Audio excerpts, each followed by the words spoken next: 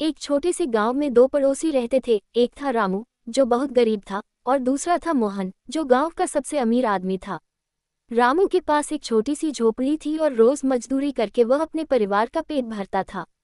दूसरी तरफ मोहन के पास बड़ा सा पक्का घर, बहुत सारी जमीन और कई नौकर थे। रामू भले ही गरीब था, लेकिन वह बहुत मेहनती और ईमानदार था। हर सुबह वह सूरज निकलने से पहले उठ जाता, काम पर जाता और शाम को घर लौटकर अपने बच्चों के साथ हंसी खुशी समय बिताता। उसकी पत्नी भी उसका साथ देती और कम में ही खुश रहना जानती थी। उनके पास पैसे कम थे, लेकिन दिल से वे बहुत अमीर थे। मोहन के पास सब कुछ था, धन, जमीन और आराम की जिंदगी।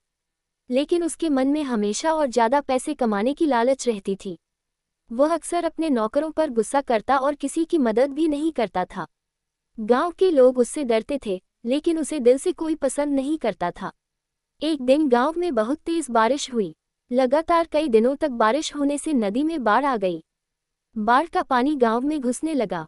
लोग अपने घर बचाने की कोशिश करने लगे। छोटी नाव लेकर लोगों की मदद करने निकल पड़ा। जब रामू मोहन के घर के पास पहुंचा तो उसने देखा कि मोहन छत पर खड़ा मदद के लिए चिल्ला रहा है।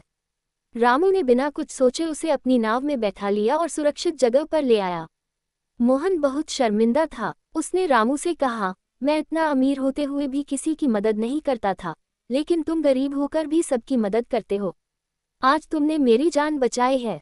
रामू मुस्कुरा कर बोला, असली अमीरी पैसे से नहीं, अच्छे दिल से होती है।